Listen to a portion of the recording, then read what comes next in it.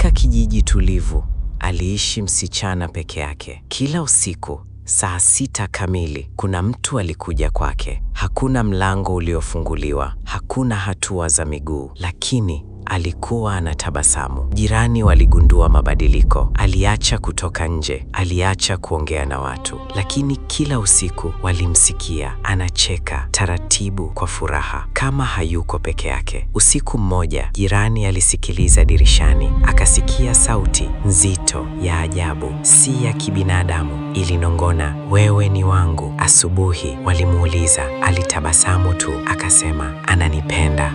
Siku zilivyopita, ngozi ikapauka, mwili dhaifu, lakini alionekana mwenye furaha zaidi, kama kuna kitu kinamchukua polepole. Kisha usiku mmoja, kicheko kilikatika, kimya kabisa. Watu walivunja mlango. Ndani hakuwepo, hakuna damu, hakuna mapambano.